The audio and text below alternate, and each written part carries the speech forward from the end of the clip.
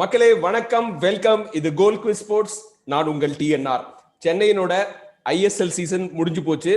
அதை நம்ம அலசி காய போட போறோம். அந்த வேலையை செய்யறதுக்கு ஒரு ஸ்பெஷல் கெஸ்ட் வந்திருக்காரு. யாருன்னா பிரத்யும் ரெட்டி. அவர் என்ன சொல்றது, all rounder, one of the best all rounders in Indian football. I can say coach, analyst, commentator, and above all a nice human being, very good friend of mine. Pradhyum, welcome, and I'm so happy to have you on my show. Thank you, Raghu. It's been a pleasure. I've been watching your show, especially this season, because we're stuck in a hotel and in quarantine and everything. So I've been watching Goal Quiz, and I really enjoyed it because especially seeing a lot of youngsters coming on and talking about their own club and their passion that they have and what they felt should happen. And I've actually even quoted on time, I think, this season a couple of times on air about the views. I was coming to that. I'm so grateful, Pradhyum, on behalf of Goal Quiz. I cannot thank you enough. You have spoken about Goal Quiz on more than one occasions, and I mean, it meant a lot to us. I'm so grateful to you. And then I realized that so many people are watching on English show. They call me. They ask them, why did you not watch Tamil commentary or Tamil shows? No, Pradhyum sir was talking about Goal Quiz. They said, I'm so happy. And having you on our show is a pleasure and honor, Pradhyum, because you have one of the sharpest brains in Indian football. I can vouch for that. And you always speak with passion and forthrightness and earnestness. I like that, and I can't wait to get started. A lot of people are waiting. So the format is like this. I'm going to ask you a few questions about Chennaiyin season and ISL in general in the beginning. Then we're going to let in fans. They will come live and ask you questions. If they ask you questions in Tamil, I will translate it for you. I'll test how good my Tamil is. I'll understand a little bit if I've been watching a few of your shows now, so I'm sure I can understand a little. If I don't, I'll ask you. You can easily pass off for a Tamil. We have all the attributes. I'll reply in English, but anyway, you're a Dravidian, so no problem. We share culture, even food, language, anything. Yeah, thank you. மக்களே, நான் வந்து இப்போ பிரத்யுமோட என்னோட conversation ஆரம்பிக்க போறேன். You can also ask me questions via YouTube live, that is YouTube chat. I will ask, if you ask good questions, I'll definitely pass them on to Pradhyum. And later on, you can also come live. You'll paste that Zoom link on YouTube chat. That's after 15-20 minutes. You can come live and ask him questions face to face. I wanted to give all of you that gift, even though Chennai could not give you that playoff place. Anyway, the season is over. Okay, Prad, what's your general opinion about Chennaiyin season? Well, I think fans will be disappointed when any team doesn't make the playoff, and I think more so because last year you reached the finals. But I think you have to sort of take some things into consideration and take some of the positives.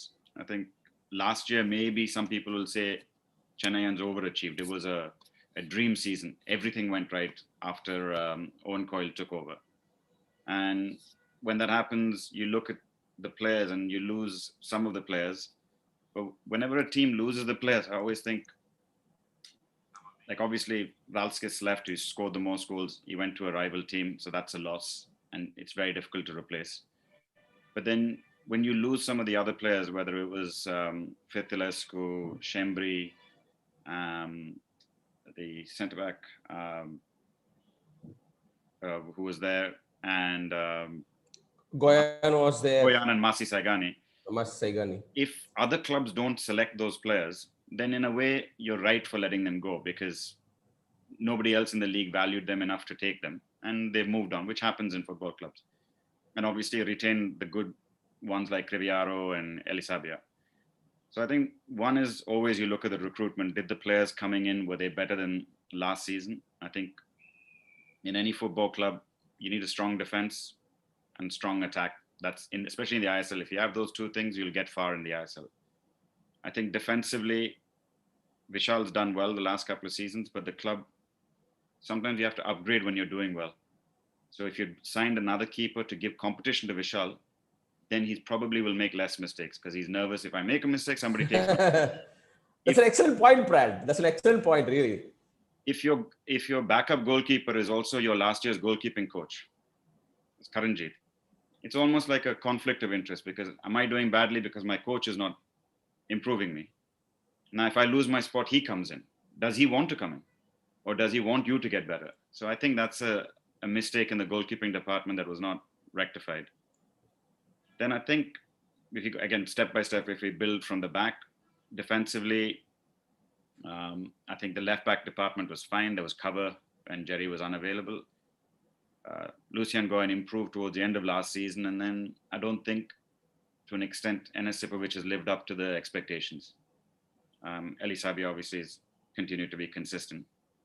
And in the right back department, yesterday was a perfect example. As soon as Regan's unavailable, the options were Deepak, who struggled, and then he ended up having to use Toy Singh in that place when Toy's never really played right back. So I think the recruitment defensively left the coach with very little options. The only option at times was to play Memo in the back. And Memo... Brad, I have a question about defense before I forget. Sure. Defensively, Chennai did not do badly this season. Correct. So would that make the management, remain silent about the defense and then say, okay, we've done okay this season and we need not go for further replacements there? Would that be a concern for Chennaiyin fans? I think if you look at it over the course of the season, defensively, yes, there were a lot of clean sheets, 6 games where it was 0-0 and then a couple of 1-0 victories. So they had a few clean sheets over the course of the season, but you're still conceding more than a goal per game. And if you look at only Goa, who's in the top 4, have conceded the same number of goals as Chennai, and everybody else has conceded less. So you have to accept that if you want to be in the top 4, you should be conceding probably no less than a goal a game. And maybe strengthening, because in case somebody gets an injury. Now it's almost like sometimes we use the example of a blanket that's too small. So you cover your chest, your toes are cold, you cover your toes, your chest is cold. So when you're defensively strong, there was no attack. And I remember a lot of the shows I watched of yours where they were saying, we're just defending, we don't look like we're going to score. Yeah, true. And the games when you play very attacking, it was a risk at the back and conceding goals at times. But I'll take that. That's a fair point to say that defensively they weren't as bad as some of the other teams, but they didn't have the strength and depth, I think. Okay.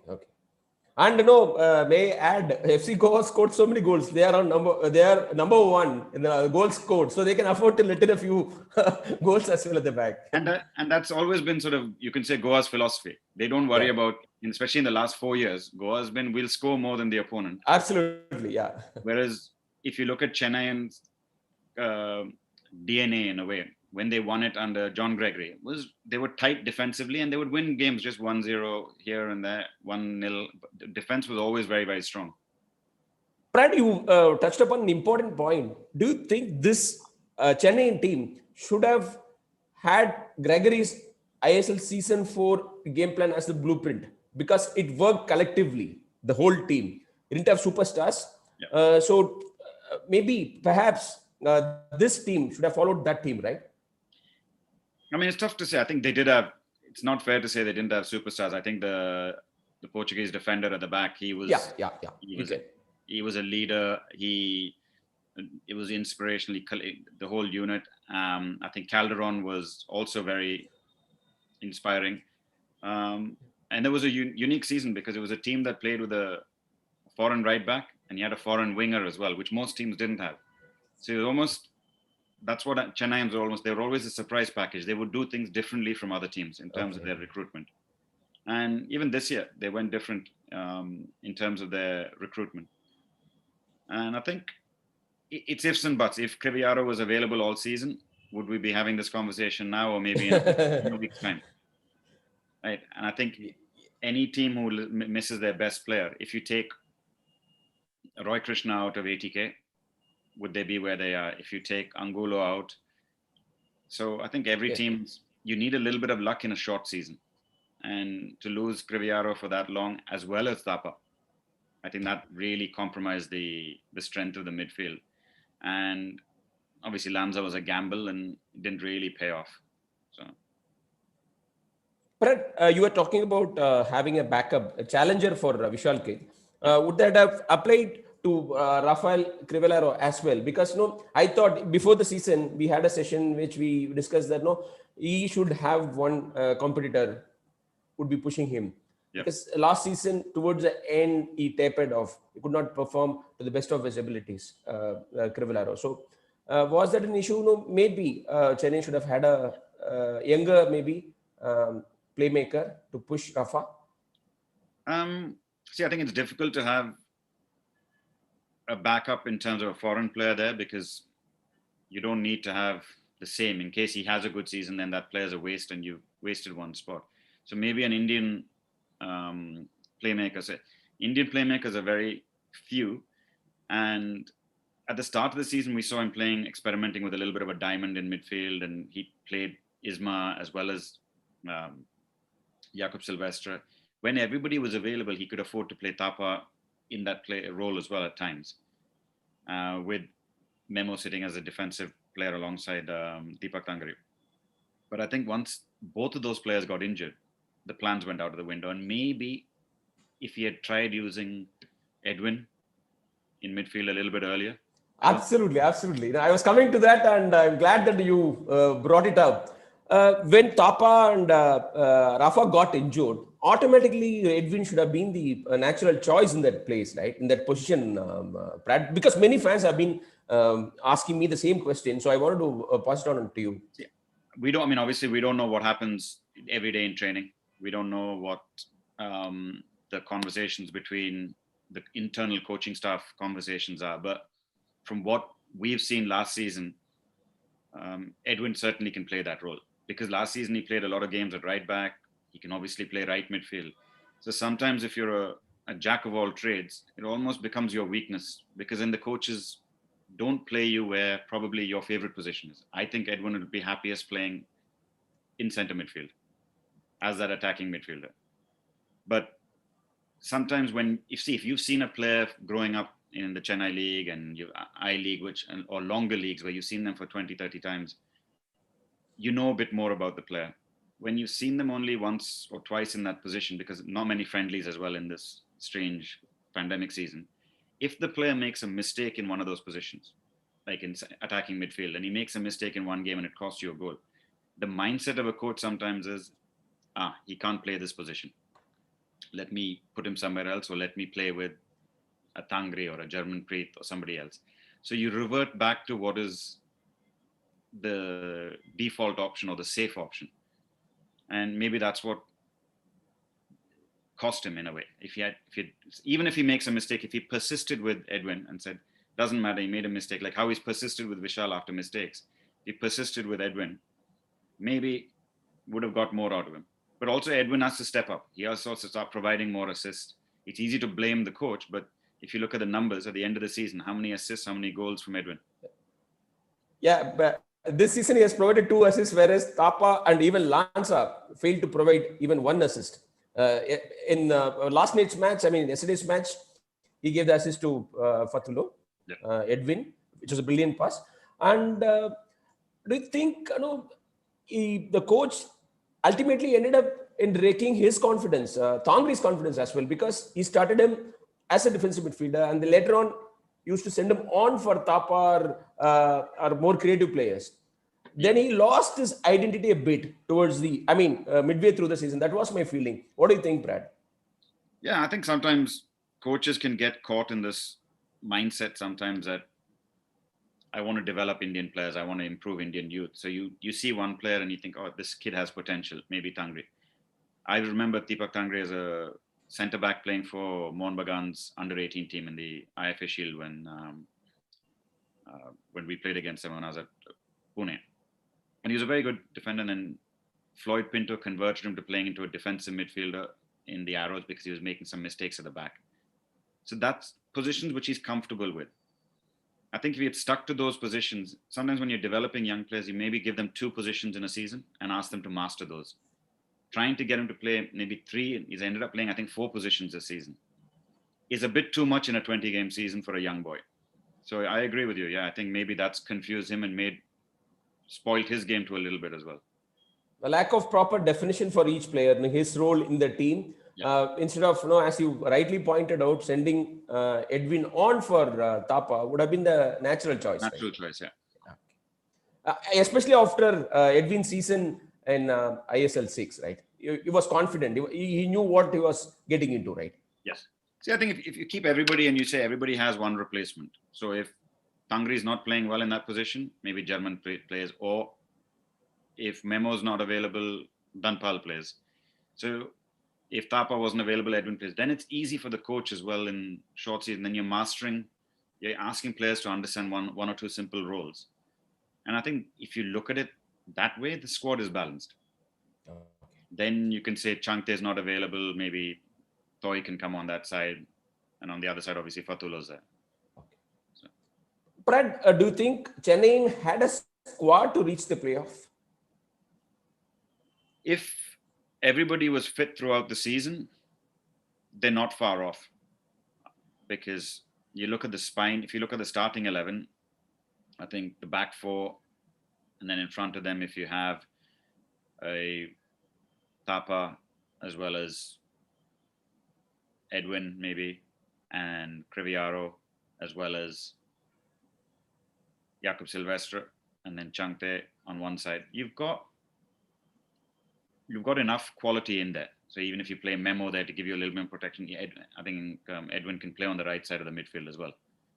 So you've got your strongest 11 is good enough to beat any of the teams. And they showed against the top teams. They showed when they played ATK, Mohun Bagan. They showed against Mumbai. They were the better team. They should have scored a lot more. Yeah, absolutely. Yeah. Should have gone into halftime leading, certainly 2-0, not 1-1. So that's the evidence there that the team was strong enough to compete against the best teams. But the moment one or two injuries happened or lack of form, their strength in depth wasn't there. And there's one way of looking at it. Second, if you want to look, the counter argument is the forwards department wasn't as strong as the top four teams. Normally, the top four teams have a forward who take you there. Last year, it was Valskis. This year, if you look at the top four strikers at the moment, Krishna's there, Angulo is there, and Mumbai's scorers are close to 10 goals. And then, obviously, Northeast now, he's on fire as well, Deshaun Brown. Yeah. So I think maybe if Jakob Silvestre just had a little bit more luck, that could have been the difference. Okay. And was it a risky strategy, Brad, getting into the season with one rookie forward, Indian forward? Didn't have a senior guy. And anyway, India doesn't have too many forwards, to be fair to the team, to Chennai. So was that a risky strategy? No, I think Rahim Ali's done well. When he was given his opportunity, he scored good goals with a couple of goals where he scored them. One, I think it was against ATK Mohun Bagan, where he had an impressive game. And you're not going to get a JJ, somebody who's going to score you that many goals in their first season as a youngster. And it's difficult to get multiple young Indian forwards in your team. I think you were expecting Changte to score more goals. But I think the problem there was between Jakob Silvestre as well as Isma, neither of them, their combined goals output as well as Fatula's wasn't enough. So I don't think it was necessarily the Indian striker issue. It was more like Rahim Ali outscored a couple of them. Yeah. So, and Brad, a lot of questions are coming in now. Madesh is asking, sir, did the spate of draws cost Chennai? Do you think those 6 goalless draws as well as scoring draws cost Chennai? Definitely. I mean, 11 draws in a season is only 11 points. And even half of those games, if you convert those draws into a single goal victory, which is where if you have a prolific striker, you're automatically now 5 games, 10, that's 10 more points. 10 more points for Chennaiyins. They're in the top. Okay. They're on 30 points. They've qualified, right? So that's even just being not completely, optimistic. I'm just saying 50% of those draws were converted into wins. You're now sitting on 30 points. Everyone's happy. Wouldn't be talking, as you said. We'd be planning. Yeah. And Chennai would be getting ready for the playoffs. And fantastic facts has lobbed a tough one at you. Prat sir, who do you think is the player of the season for CFC? That's a tough one. That's actually a really, really tough one. I think it's almost like you have to break it up into different parts of the season. And, at the start of the season, you'd have been some players, in the middle of the season at some players, and overall. Like, I think development-wise, if you look at where Rahim Ali was at the start of the season and how he progressed, probably will get your vote for the young player of the season. And you realize how much you miss Criviaro when he's not there. So based on his performance, he definitely was so crucial to the team. So you could make that argument. And it's the same argument you could make for Tapa. So I think the best answer to say is there is no player of the season for Chennaiins, and that's probably why they are where they are. Absolutely. I would totally agree with you. I had the same predicament. No, when somebody asked me to name the player of the season, I said no one. Yeah. This team collectively failed. No one rose to the occasion, stepped up to the plate to sort of pull the team out of the rut. Yeah. Nobody could do it. And as you said, no, Tapa was injured, Rafa was out. So two best players of the team were not available throughout the season. So that affected them. And about Jakub, Prad, I'm curious to know your thoughts because you are also an excellent coach. What do you do with him? He works hard for the team. He links up play, holds up the ball, very intelligent in the final third, but doesn't score goals. Our fans, you would have noticed, love him. They want the management to retain him for the next season. But it was frustrating to watch him on many occasions. Yesterday, when Shankte gave the ball, all it did was a touch, faint touch. Was not able to give that. No, how do you deal with him? So I think it's tough. I remember the very, very first game of the season he started, and his movement was very good. He wasn't fully 100% fit, and he should have got a penalty against Jamshedpur. He got tripped, and he didn't get awarded that penalty. Now, had he been awarded that, had he scored it in that first game, maybe that gives you the confidence, and you think, okay, he'll go on and have a good season. Then he did eventually get a penalty later on against Kerala, which he missed, and ended up 0-0. Now, these are small margins. If he scores that goal in Kerala, you win. His confidence is up. Two things. One is, as a player, his confidence is up. He'll start maybe just being more clinical, not worrying so much about the last miss. Secondly, he gives the team and the coach's confidence. So the coach might have picked him ahead of Isma more often, irrespective of whether he'd missed a couple of games. So then what happened? The coach sort of almost thought, I have to change. I have to drop Jakub and bring Isma on. Whereas if you're scoring and you score late in a game, then the coach keeps you. Because if you look at the statistics, Chennai only scored one goal in the last 15 minutes, 75th to the 90th. Only 2 goals between 60 and 75. So in the last 30 minutes, all season, they only scored 3 goals. So, and a lot of those times when you analyze it, Jakub Silvestre, when he was starting, was coming off. Or when he was being subbed on, he was coming on in those last few minutes. So he didn't have the coach's confidence to last 90 minutes. If you score some of those goals early on in the season, the coach has confidence in you. And he goes, I'll keep this guy until the 90th minute because he's my best chance of getting a goal. So that maybe sometimes it's just luck. If you get those goals at the start of the season, sometimes the opposite can happen. If you score all the goals in the end of the season, you get a contract for next year. Like Onwu at Odisha. But he hasn't scored all season. Whereas I think overall contribution to the team, I think I like Jakub Silvestre as a player. I think he links everybody very well together. I think the players like playing with him. And again, if Rafa was available all season, would Jakub Silvestre have scored more goals? That's a good question to ponder on, and a fabulous answer, Brad. I think fans would have loved your answer. You've analyzed his position in detail. And in the end, you said you liked him. So I hope the club retain him next season because I feel he deserves another chance. Maybe with a good creative midfielder. And he also knows about the league, having played here for a season. Deserves another crack at ISL. And what about Fatulo? Many people feel that he was underused. And yesterday, felt, he played as if he had a point to prove. He came in with loads of experience, but he didn't play a match completely. Bits and pieces player. So what do you have to say about his? So I think it's a tough position when you sign somebody as a winger in India. Your competition is always going to be another Indian player in that position. An Indian player in that position, because you normally want your spine to be strong. So he was always going to come on as a substitute. And very few teams in the season have foreign players in wide positions. Maybe FC Goa, you can say, where Ortiz plays, but he kind of drifts into different positions. And Mumbai, to an extent, maybe a David Williams. So if you're playing in that position, you're playing against an Indian fullback. So either you have to be very good at dribbling and taking on players, which the likes of Bomus, Sai Goddards, Ortiz, David Williams are all capable of doing. Or you also just have outright pace to get past players. I think in the past, Gregory Nelson was like that. Arnold Isoko for Mumbai. So you got players who would just brute force and pace, and they would beat players and cause problems. And if you've got neither of those, then it's almost a wasted foreign spot playing out wide. So you're better off, maybe why not just use then a Thoy or any other Indian winger, like an equivalent of a Changte. For example, why not sign an Nandakumar then?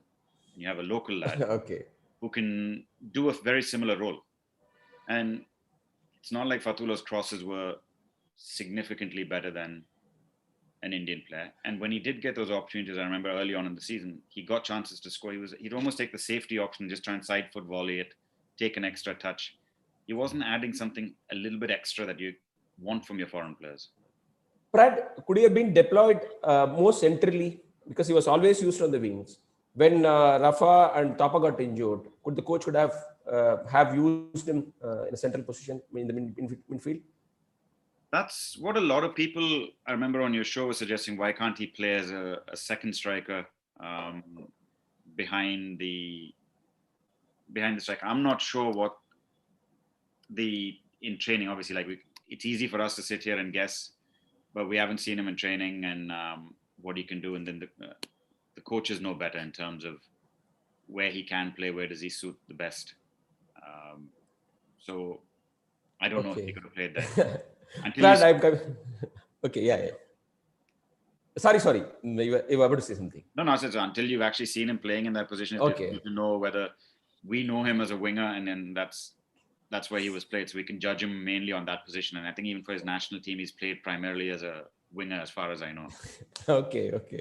And Prad, I'm coming to the most important question. Everybody would want to ask you these questions. Substitutions of Coach Abalasla. And in the last two matches, that is before Kerala match, they were leading. Considered late goal after 85th minute. After Chaba made those substitutions, what went wrong? And overall in the season, only one substitute scored a goal for Chennai. In other words, had an impact. Rahim Ali versus Goa in the first match. He came on and scored the winner. A simple tap-in set up by Rafa. Otherwise, no impact from substitutes. So what went wrong with Chennai substitutions? So I think first, we have to also bear this season was unique in terms of, because of the whole COVID, we've had 5 substitutions. So a lot of people won't be familiar as coaches. We won't know how, we've never been in a situation where you've had 5 substitutes available in a competitive match. And as opposed to normally you have 3, you have it planned out, and it works for both teams that way as well. So sometimes you have to react to what another team does. Now, an old coach once told me this, and it's a very good thing for any young coaches as well to remember, is you look at what is the scoreline before you made a substitution, and you look at the scoreline after you made the substitution. So you ask yourself at the end, should I have made those substitutions? I mean, it's a very simple way of looking at it. I think in the last game against against Kerala, the previous one against Northeast. Northeast. It was obvious that, because we're obviously we're watching it live, we can see the whole field. The Lanza is not fit for 90 minutes. He was tiring. Now, he didn't want to come off. So on camera, it looks as he's telling the coach, I'm fine, I can stay on. But the reality is he wasn't running. If you look at the physical stats, his sprints would have been down, his distance covered is down. So it was a change that needed to be made. Now, I think in hindsight, it's easy to say he should have not taken Jakub Silvestre off. because at least Sylvester gives you a focal point, a number 9, somebody to aim towards. He'll hold the ball up. He'll bring others into play. Isma, after he came back from injury, doesn't look like the Isma that started the season. He looks like he's scared of sprinting because of his hamstring. He looks like he can't hold the ball up when he's back to goal, which Jakob Sylvester can do. And he doesn't want to get involved in the defensive side of the game as much. So if you take off Lanzarote, who doesn't defend much, and you bring on Isma, who also doesn't defend much, when you're trying to hold on to a lead, I think you're effectively playing with 10 players. The coach also took Edwin off towards the end, Shankte also by 90 plus. Yep. So all the creative players, but as you said, Lanza was tiring, but others, a couple of them could have been kept on. Right? Maybe in that particular match, maybe Edwin, because he had stamped on somebody, could have got a red card, got a yellow. Maybe he was worried about that. Was a worry. Could have been. I think sometimes you just want to time waste and bring on a substitute. And I think Chaba said it in his post-match interview. He said he admitted, he goes, maybe it was my mistake. I told the boys who came on, the subs, to make some tactical fouls to slow the game down. Okay. And that led to, in a way, the goal being. So sometimes it's a mindset. When you've told players that, they become automatically defensive and the shape went and the goals happened. I mean, it was one game that season, but we can sit and say, even he admitted, I think Chaba admitted, that maybe the subs were a mistake that day. But overall, over the course of the season, if we were to say he didn't make enough subs or they didn't make impacts, then we have to ask the question, did he have options on the bench? You look at the bench and do you think, okay, if I bring on Aman Chetri or a Pandeyan or Dhanpal Ganesh, will it really help me win the game? So I think sometimes maybe there wasn't enough options on the bench to help win the game. So the team on the field was stronger than the bench.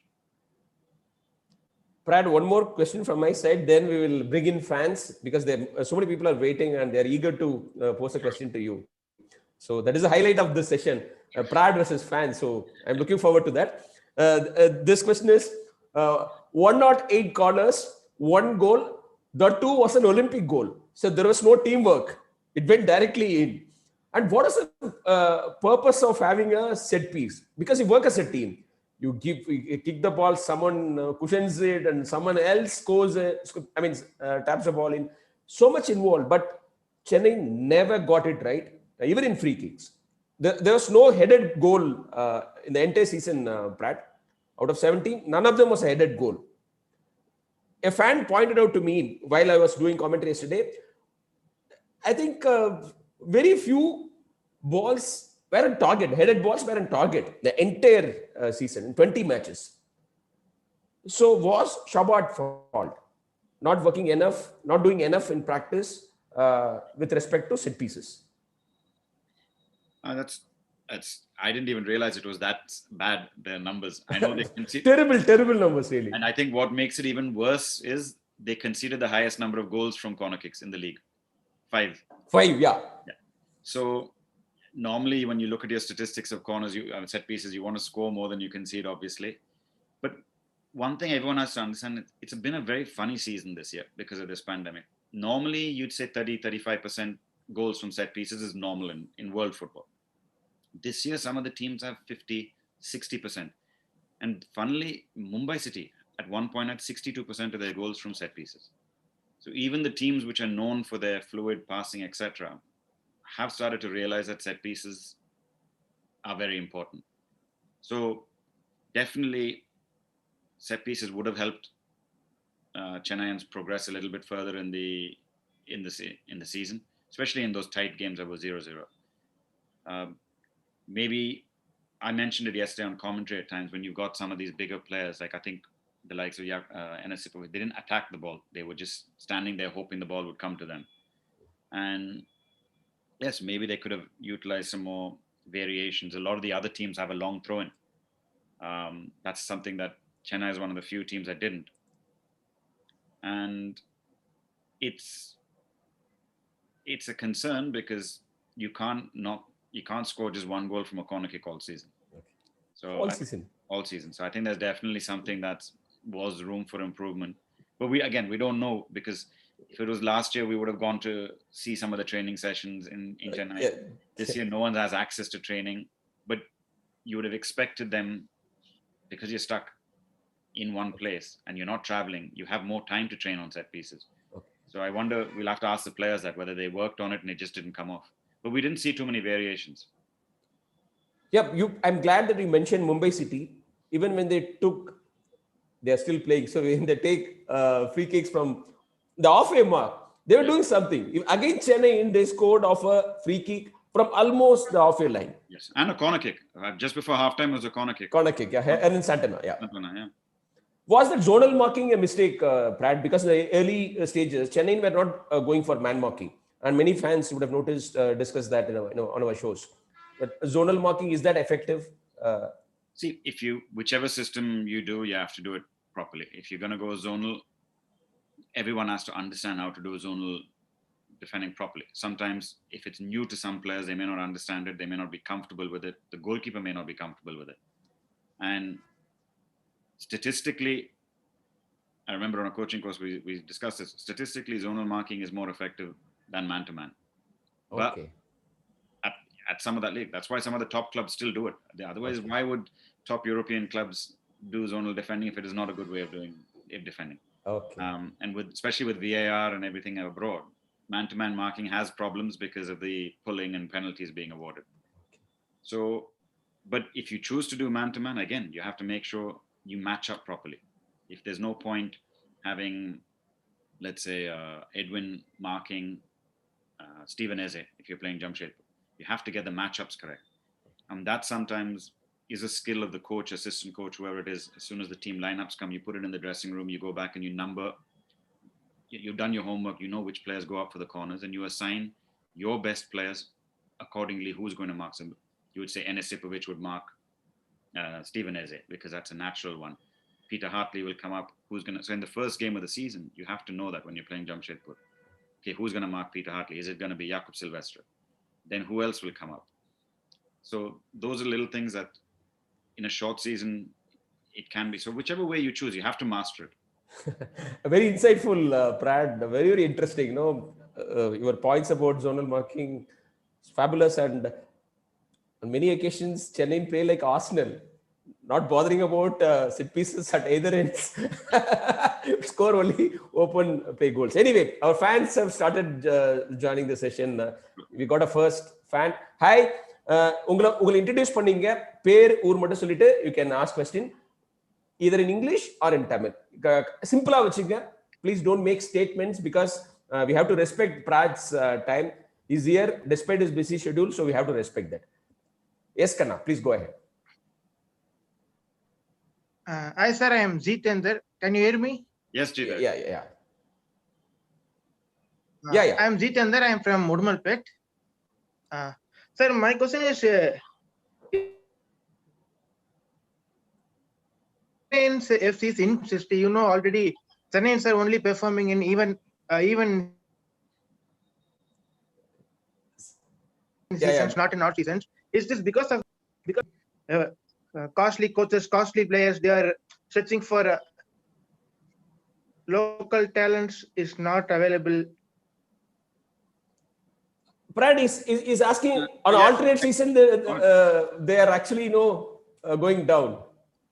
See, I think if you accept that in alternate season you are winning, then most people would be happy. I think most clubs in ISL will take that. One season you're good, next season it's okay, next season we'll win. If you're guaranteed that, I think most clubs will be happy to take that. But I think, see, it's difficult now to keep hold of players unless you sign them on long-term contracts. You're seeing now a lot of the Indian players are being signed for long contracts, 2 years, 3 years, some even 4 or 5 years. So when you sign foreign players, you have to be careful. If you either know 100% that these are good players like FC Goa, and then you sign them for 2 years, 3-year contracts, foreign players also, because otherwise it's a big risk if you sign them for multiple years and they don't turn out like how you want them, like for example, some of the Kerala Blasters players. Then if you have to release them, you have to still pay that money to the player and sign a new player. So it's actually costing you triple in a way. So that's the risk. I understood, sir. In the recruitment and also in the coach. If you know, like Kandipa, this coach I'm keeping for 2 seasons. You can trust him and you trust the players also. So that has to come from the whole club has to be stable then. Thank you Brad. Jitender, உங்களுக்கு கரெக்டான பதில் கிடைச்சு நம்புறேன். Thank you. ஏன்னா எல்லாருக்கும் ஒரு கேள்வியோட முடிச்சுக்கலாம்னு இருக்கோம். Please don't mind.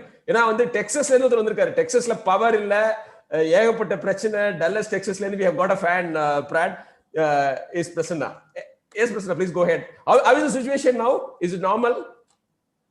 Now everything is fine. So now I'm getting power. Now I'm getting water. So everything is back to normal now. So fine for now. Thank you, Prasanna. Thanks for your interest. Yeah, please go ahead with your question. Hello, Pradhyum sir. Bagunara. Varna. Sorry. Now looking at Shaba, I mean, I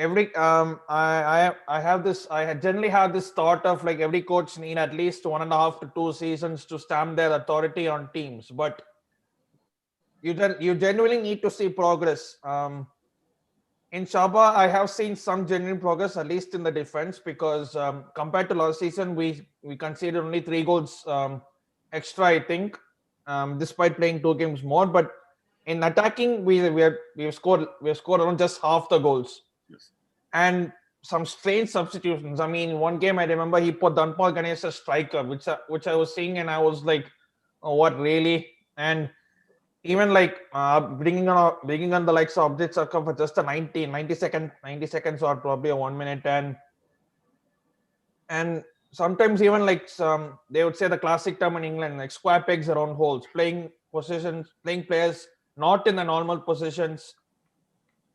So what do you make of this? And do you and with the next year, I think there's the foreigners rule is getting reduced. I think it's 4 foreigners. I'm not sure if it's the 3+1 rule, yeah. but the 4 foreigners rule. So how do you see Chennai retaining for next season, at least in the foreigners' perspective? And how do you where do you think Chaba can tactically improve, if not for player, better players? Because I think player-wise, we haven't done that bad this season. At least Deepak Tani has had some good games, but he's not been played consistently because of, you can say, so many players. You can take the likes of Jarmanpreet, Edwin, who have got like small bits of game time, but have not got longer periods. So what's your perspective on the overall situation? I mean, the foreigners situation, and yeah. See, I think if you take it step by step, I think first, I agree with you. If you have continuity, it always helps the club. So if Chaba gets a chance to continue next year, there'll definitely be improvements. But some simple things like you won't be in a bubble next year, hopefully. Yeah. The team will be back in Chennai.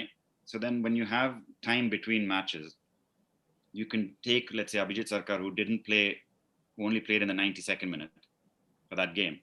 You can then the next day give him a match, whether it's a friendly match against maybe one of the Chennai League teams, or even if it's an army team, somebody in Chennai, if you get him 90 minutes and they get that match practice and understand this is what you need to do in the next match because we're playing BFC next match, you have the advantages which we don't have in this COVID season. So coaches who are new to India haven't seen many of these players. After preseason, they didn't get a chance to see these players in match situations. There were a few friendly matches in Goa between teams, between the players who didn't play, but not so many.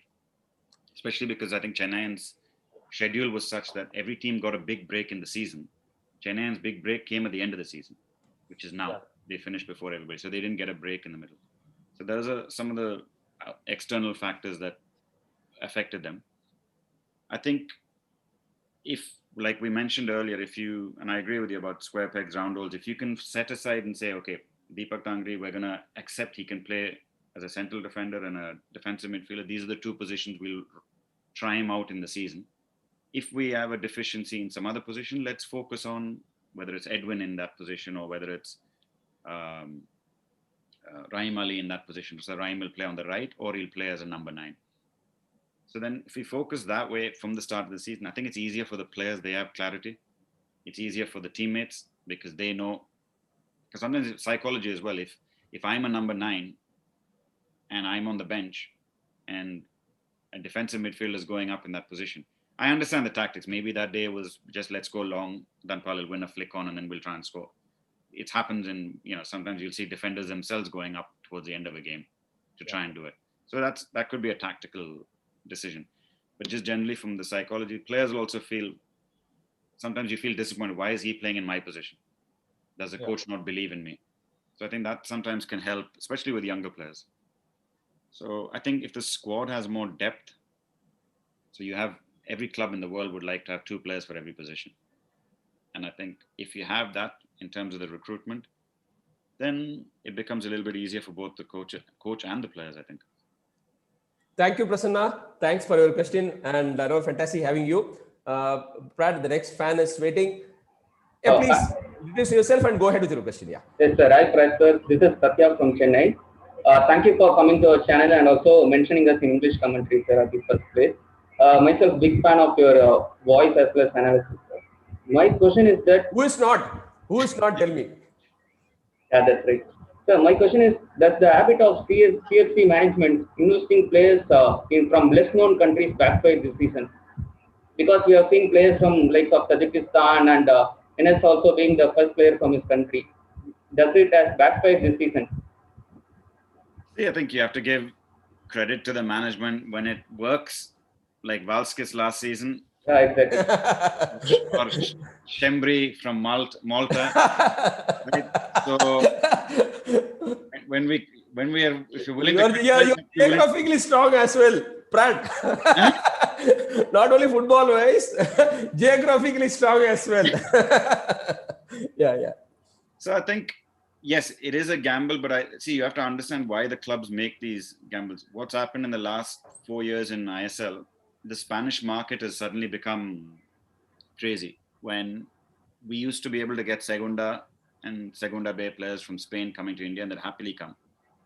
Then the TV money's improved in Spain, and now Segunda players will not come to India because the money's better. So you have to start looking almost like at the 4th tier, like where Pedro Manzi and players, Nestor Gordillo came and did well at Chennai City.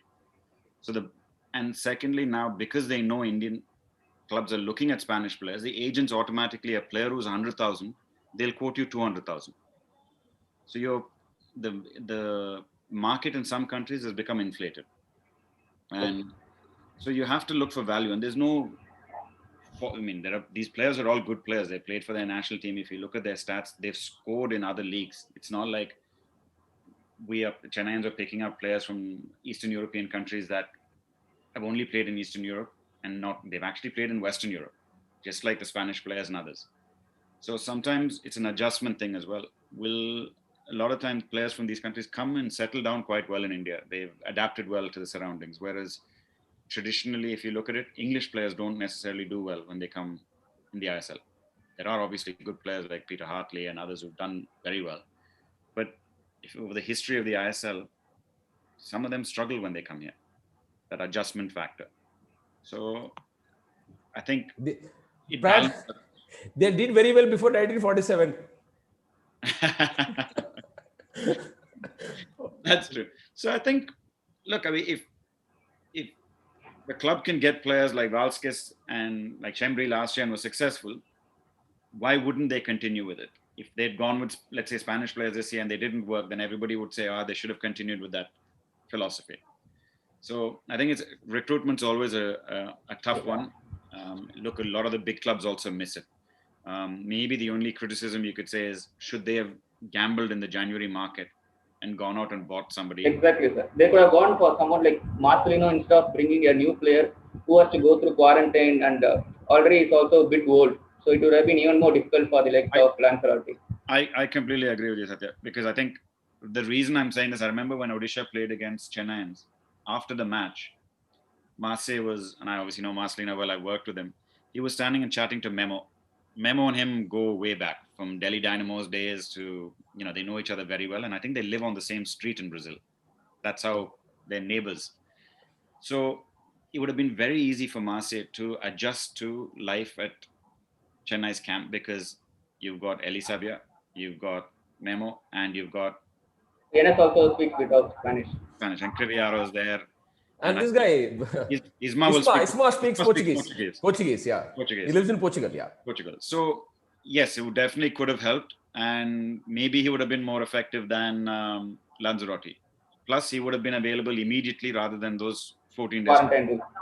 So that's possibly, but it's all ifs and buts, right? Thank you, Thank you, Satya. sir. Thank you. Satya is one of the finest fans, Pradhyum. I recognize Satya's face. That's why I saw him. I said, I've seen you on the show before. He asked me Thank to you. postpone the show from 3 to 6. No, he had college or some other Yes. work. Special thanks to PNR, sir. Thank you, sir. Thank you. Thank you, sir. Thanks, Satya. And here comes a guy, who has been giving a lot of information to Chennaiyin fans before the season. He said we are signing Pedro Mansi. Did you not do that? Come on, Madesh. Yeah, sir. Good morning, sir. Good evening, sir. And Pradhyums, good evening. Yes, he's from Madurai, so he's very naughty boy. Tell me. It's pleasure to talk to you, sir. I have many questions regarding but many of them asked earlier. I just have to one question that was if Chennai failed to recruit Indian players like previous season having backup centre back as only one Jomigli and Arante. This season that centre back recruitment was failed and even they have options in centre forward for Aman Chetri, Jakub Sylvester, Isma and Okay. Rahim Ali, yeah. and they are failing to require Indian players like backup options. Even earlier you said GK position.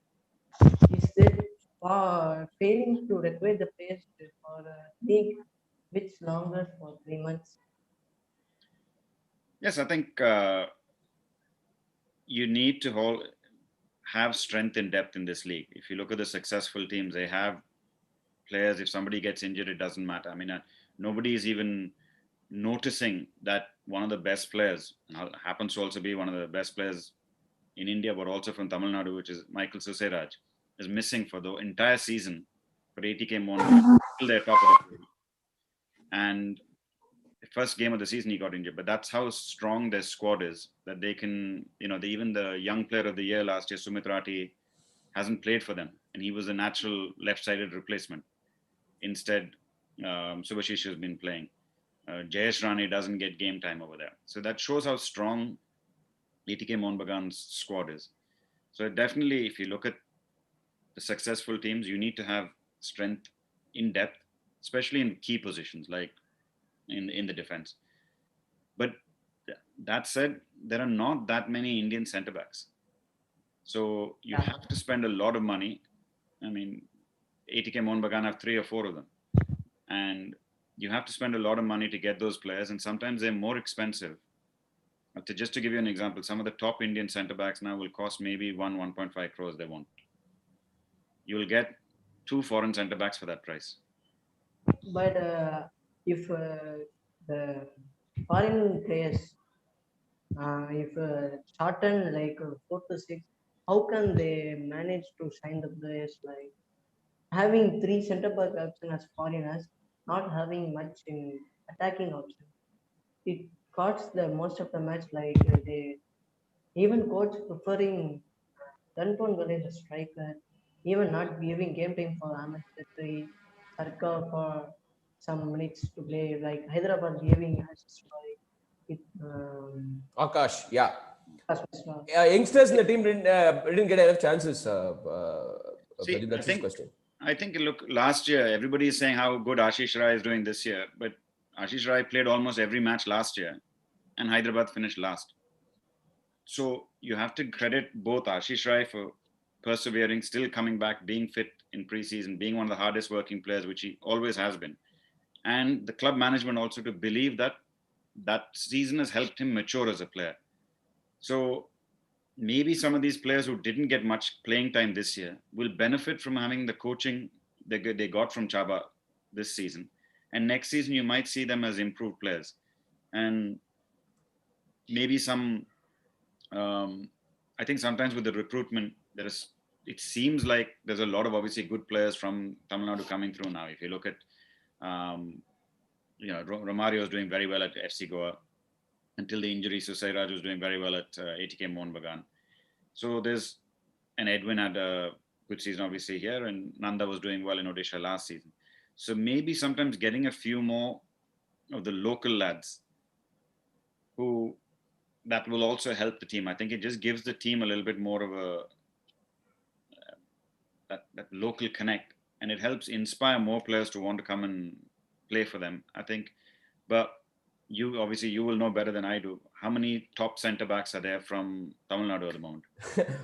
Prad, there is no league. There has been no league in Tamil Nadu in the last 4 years. You're talking about Chennai league next year. Yeah. No, the team can. Some of them will go out and play in Bangalore, right? Some of the top players. Yeah. Raman Vijay's product Shivashakti is playing for Bengaluru FC. He scored a hat trick today in the Bengaluru Super Division. Yeah. No, Independence. Yeah, Independence. Yeah, and thanks, Madesh. Prad, add on to his question. Yeah. I just want to ask you, one of my major complaints against Chaba, it could not improve Indian players in the squad. Mm-hmm. And how do you look at it? You say you are not good enough, or you can say, you can put a head down and say, I want to work with you, I want to improve you, I want to develop you. But we didn't see any of that in Chennai in this season.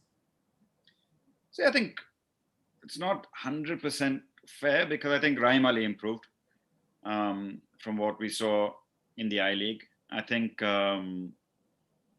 if you look at some of the players, like even Changtep, he missed a lot, but he was getting himself into very good positions. But 7 goals to 4 goals. We thought he would score in double digits this season. Yeah, I think he should have. I mean, I liked what his interview he gave yesterday, where he said even he's disappointed by, the statistics. He's improved on certain aspects of his game, but the statistics don't reflect that. So I think, some players, when they come, they want to improve, young players, and then they'll go on to improve in the ISL. Some players, when they reach ISL level, they think, I've made it. And they sit back and they're happy with the salary, they're happy with where they've achieved, and they don't push themselves to become better players. So when you get such players, there's only so much a coach can do. You can take the horse to water, but that's all you can do. Okay. So sometimes the players have to take that responsibility as well. It's not always the coach's fault. Okay. And another fan is waiting. Yeah, please introduce yourself and ask your question, either in Tamil or English. Sir, my name is Nishok. I am from Tiruvallur. Sir, my question is regarding why Chennai didn't play as a man marking for the opponents, and then zonal marking also very less. This is any reason, sir? I think that's the question we'll have to ask the coach or the players, because even we were all surprised. We said it earlier that the set piece problems throughout the season were definitely. Another one question, sir. Yeah. He was about to finish the answer. Yeah. He will finish it. Yeah. And you can ask the next. Sir, there is some communication gap between the coach and the players, sir, because of this reason. I don't know if there's a communication gap. Sometimes you try something in preseason, it works, and then when the season starts, it doesn't work, and you have to change it. And then when you change it, sometimes not all the players believe you. Some players might be still thinking the old system was better. Some players are comparing and saying the new system is better. I think the only way you can justify it is if it works.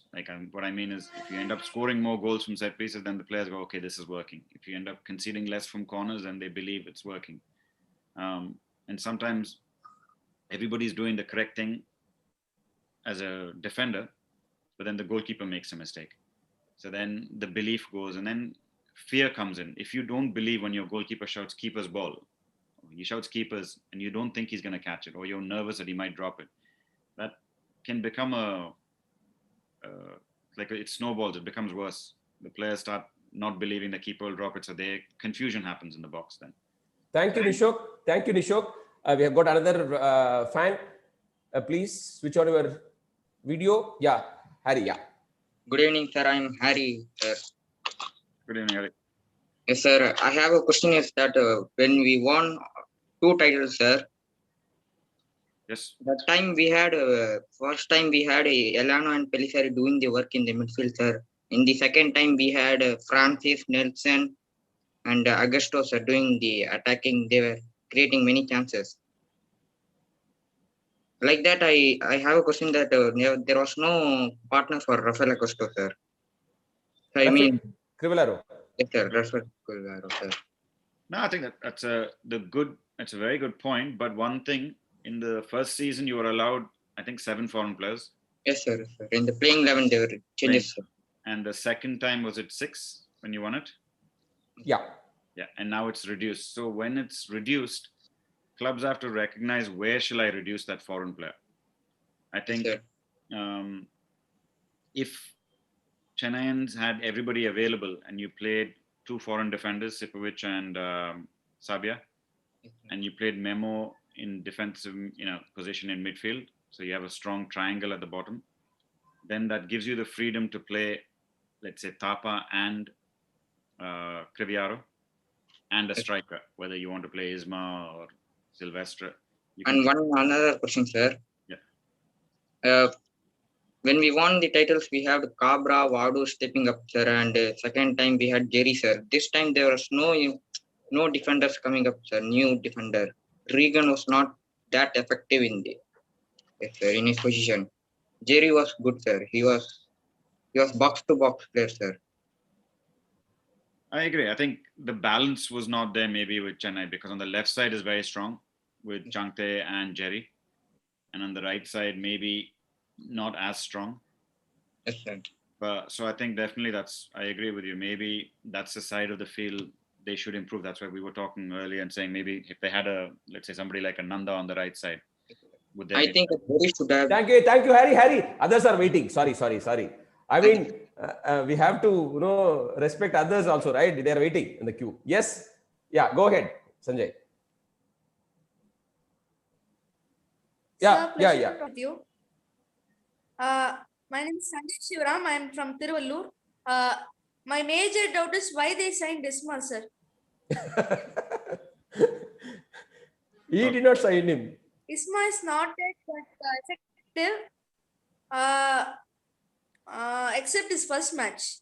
I thought he is the main trump card for us. See, I think Sanjay, after the first match, we all thought he could be very, very effective. He scored. And Raghu sir also said him Mendoza 2.0. This is betrayal, man. Okay, yes, I admit that. No, I said he was Mendoza 2.0. Even I admit after the first match, because I was at that stadium at Tilak, I watched him live, and I thought this guy is going to be very difficult for defenders to play against because he's strong, he's fast. But I think after that injury, and he lost a bit of speed by the looks of it. Maybe he was scared that the hamstring will get re-injured. He didn't look the same player after he came back from injury. And I think it looked like also from us being live at the venue, he looked like he maybe put on a little bit of weight, which sometimes happens when you get injured and especially in these kind of lockdown situations. And there was, I think there's one small period when he wasn't well for one of the matches. I think he felt sick. So maybe he just couldn't come back quickly enough or strong enough back into the team. So I think that's what affected him. He just wasn't the same player that we saw in the beginning of the season. And I think that's sometimes can be the difference. Some teams might have traded and got a different player in the January window. Thank you, Sanjay. Sanjay, thank you. People are waiting, please. Thank you. Harshvardhan, please switch on your video. Yeah. Hi, na, எப்படி இருக்கீங்க? நல்லா இருக்கு. Thank you. Super. Sir, so we have to squeeze as much as possible from Pradhyum. Yeah. Go ahead with your question.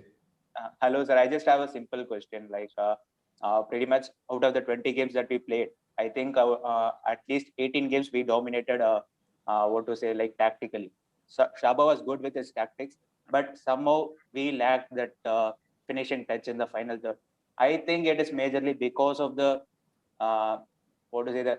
kind of personality that Shaba has. It was similar to John Gregory. He was not very confident in the way that he speaks or in the way he acts. That is having an impact on the players, especially the players like Changte.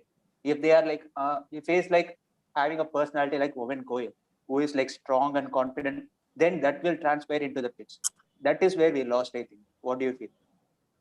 I actually think John Gregory is very successful with his personality. He won the title.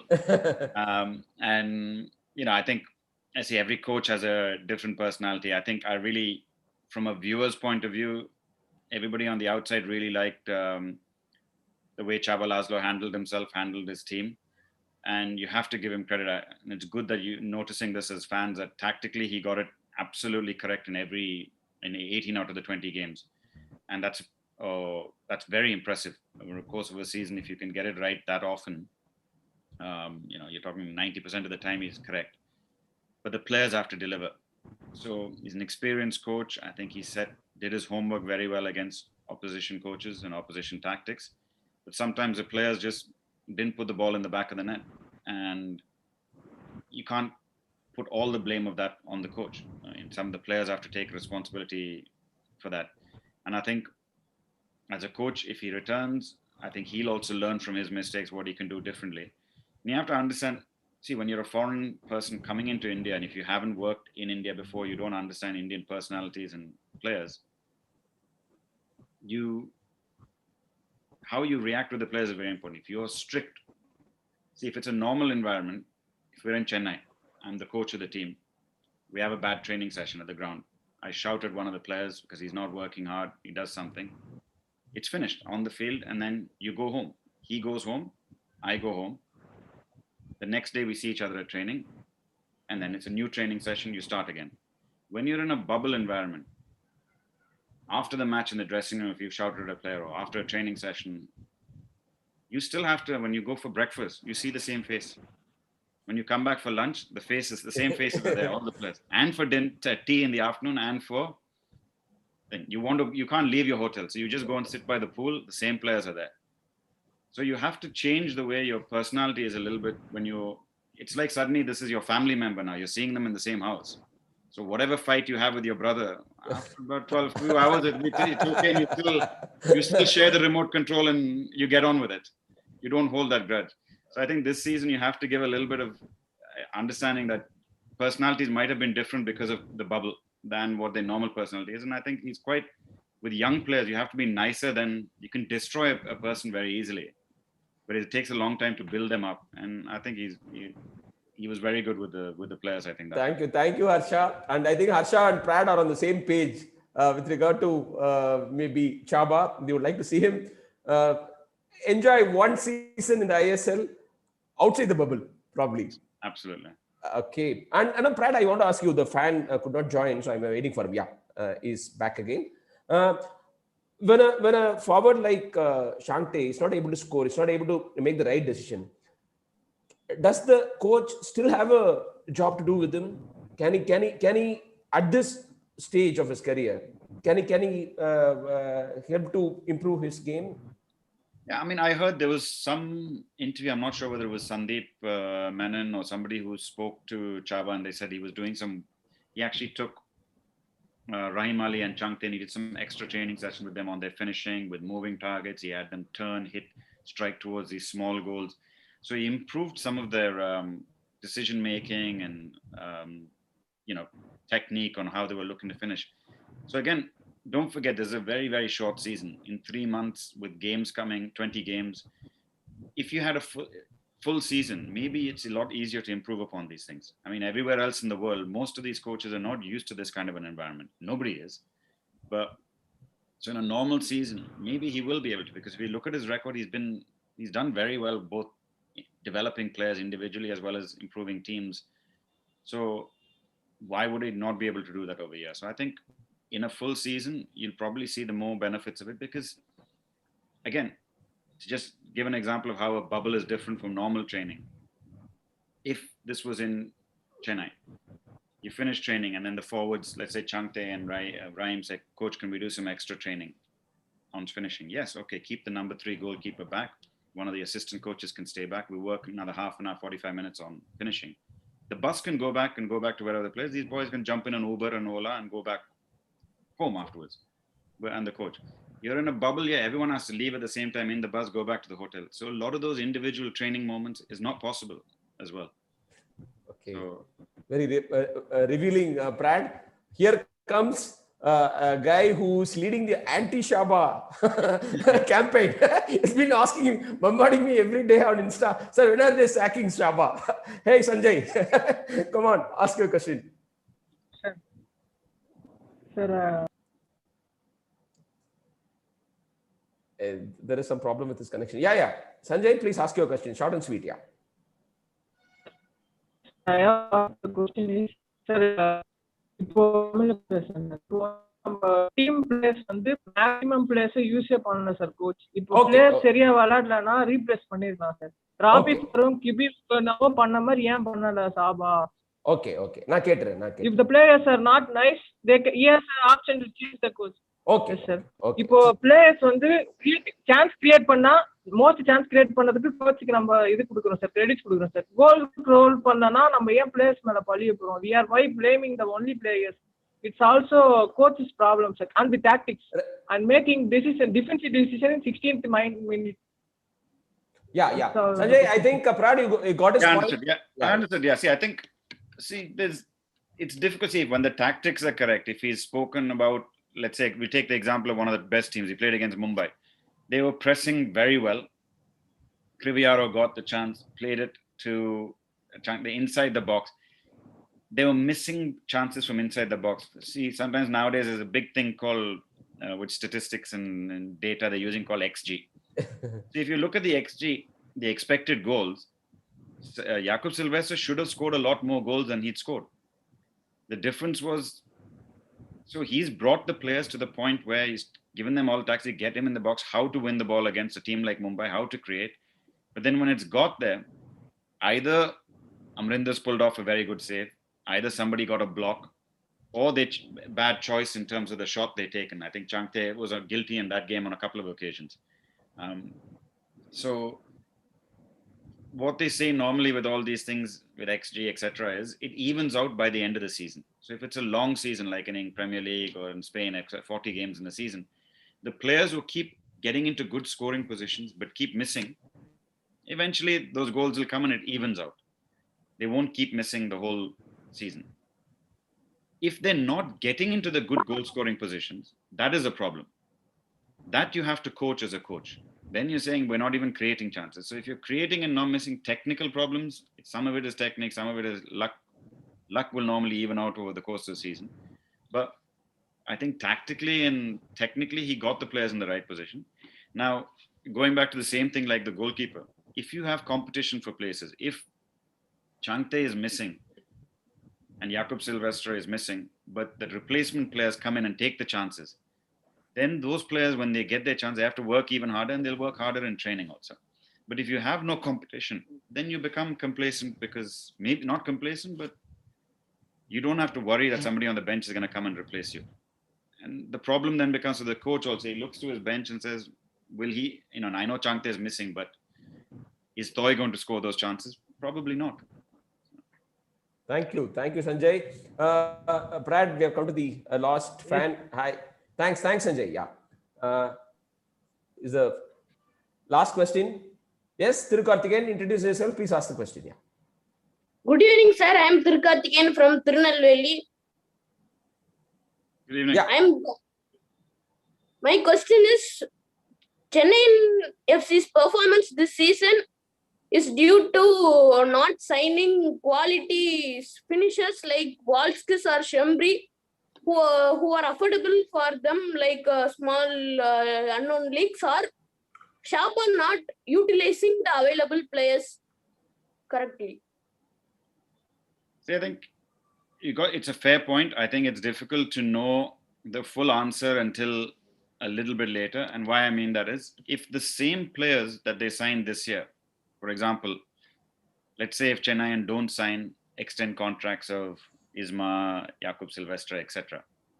If Jakub Silvestre goes to another club, let's say, I don't know, Bengaluru FC or Kerala Blasters, and he scores 10 goals next season, then you can turn around and say, Chaba didn't use him properly. Correct? If nobody in the ISL chooses to sign these players, okay, maybe they go abroad and they score lots of goals, again, you can say maybe they don't suit India. They're better off playing somewhere else. It suits their style of play better. If they go elsewhere and they don't score anywhere and they, let's say, career, then maybe it was a wrong signing. So it's difficult until you go. Now, Valskis has gone to Jamshedpur.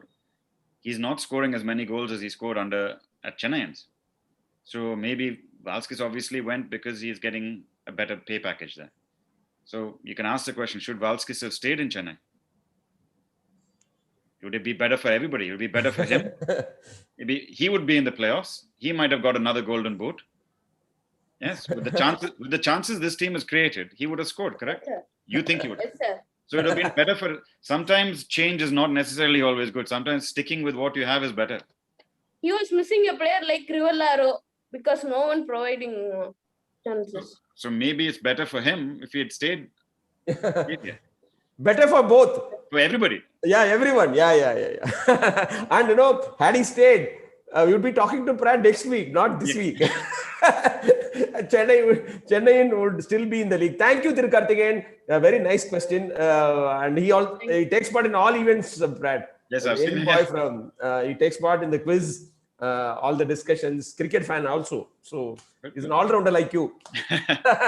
Thanks, Thirukarthigeyan. Thank you. Thank you, sir. Prad, I can't thank you enough. I mean, I want to ask you some questions. You unwittingly answered them, even though I did not ask you, because I had this question: signing players from the same league, like Spain, would it have been helpful to the team? For example, Goa, Spanish coach and a Spanish core of players. That's why they were able to hit the ground running immediately in the season. But you said the market has become inflated and it's so difficult to sign quality Spanish players. And the session was, I hope, would have been so useful to our viewers. Even now, more than 100 people are listening to you, Prad, all because of your insightful views and your passion and your sincerity. On behalf of Goal Quiz Sports, I can't thank you enough. Maybe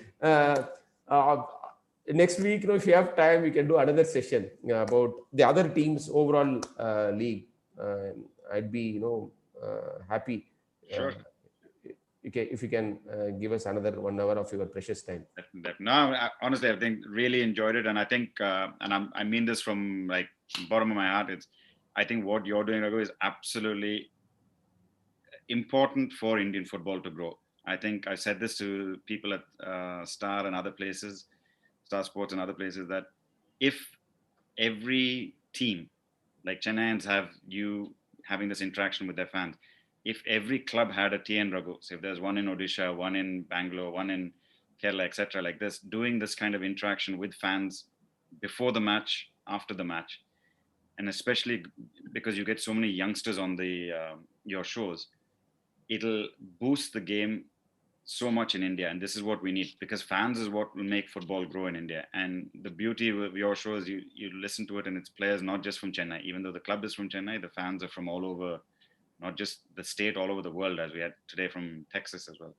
And I think if every club can have such an initiative, I know yours is not from the club, this is your own personal hard work. But if we have 11 TN Raghus in this country, Indian football will go in the right direction, and that's my sincere belief. So I'm happy to come anytime on your show, and it's a pleasure. Means a lot, Prad. I'm really overwhelmed. I can't know. I'm a bit emotional now, coming from a person like you've seen so much in Indian football, and now I have a lot of respect for your views. It means a lot. It will spur me to work harder in future, and I'll do my best. And with people like you around me, I need not worry about having guests for my shows. And it's a credit to our fans also, even though they are from villages and little known places where there is not much football. They've watched quite a lot of football. Their views are always insightful. No, that's it. The views are very insightful. That's why I remember I came on just to check it out one day and stayed on, watched the entire show, even though, as I said, I can understand a little bit of Tamil. I can't speak fluently, but I could pick up little bits to then use even on our commentary, because some of the insights were very valuable, where they're talking about what happens and why players should be used. And I think sometimes and it happened a few weeks later where the coach did change certain things. So we wonder whether they are listening to the fans. And I remember, Prad, in one of the earlier shows, when I was talking about Fathulo, one fan said, "Sir, he has the dribbling for a winger, not for a midfielder." Yeah. He said that. Yeah. His dribbling is suited to the wing, not to central position. Yeah. You said that. You said that he has only played as a winger for Tajikistan and his clubs in Tajikistan. That was amazing, really.